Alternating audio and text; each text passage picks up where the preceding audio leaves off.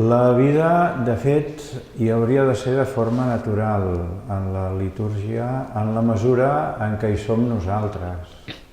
Cadascú dels que s'hi aplega, per exemple, a l'acte central, que és l'Eucaristia Dominical, porta en el seu cor, en la seva memòria, el que està vivint, el que ha viscut aquella setmana, i per tant la vida la porta cadascú.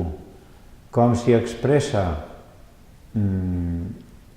Aquí de vegades ens volem proposar posar mitjans, no?, per expressar-la. Jo crec que és bo posar-ne alguns, per exemple, a través de la pregària dels fidels. En tot cas, jo crec que la mateixa litúrgia té les possibilitats perquè hi posem la vida, però dependrà no tant de que afegim coses al ritual, sinó que dependrà molt de com vivim la vida cristiana i, en concret, com els pastors de la comunitat acompanyen les persones i la comunitat al llarg de la setmana.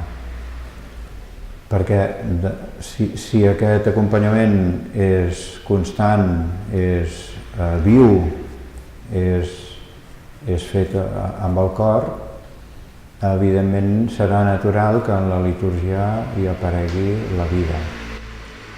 Per altra banda, penso que som en el nostre ambient social i cultural tenim un problema que ens depassa una mica, i és que la litúrgia no l'acabem d'assumir en general com el que és. És un acte gratuït, és un do, és alguna cosa que rebem, i potser no ens hi aproximem des d'aquesta perspectiva.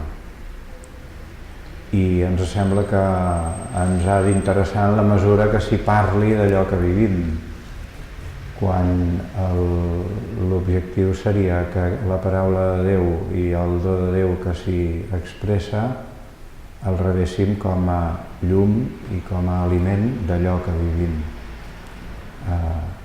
Bé, l'equilibri aquest no és gens fàcil, però penso que hi ha això, no? Per una banda, el que podem fer per fer-la ben feta i que ens digui el que ens ha de dir, però per altra banda ens hem d'anar educant a redescobrir què és la litúrgia, que en principi és quelcom que tenim a l'abast senzillament per celebrar i per rebre una cosa que no ve de nosaltres sinó que ve d'una altra.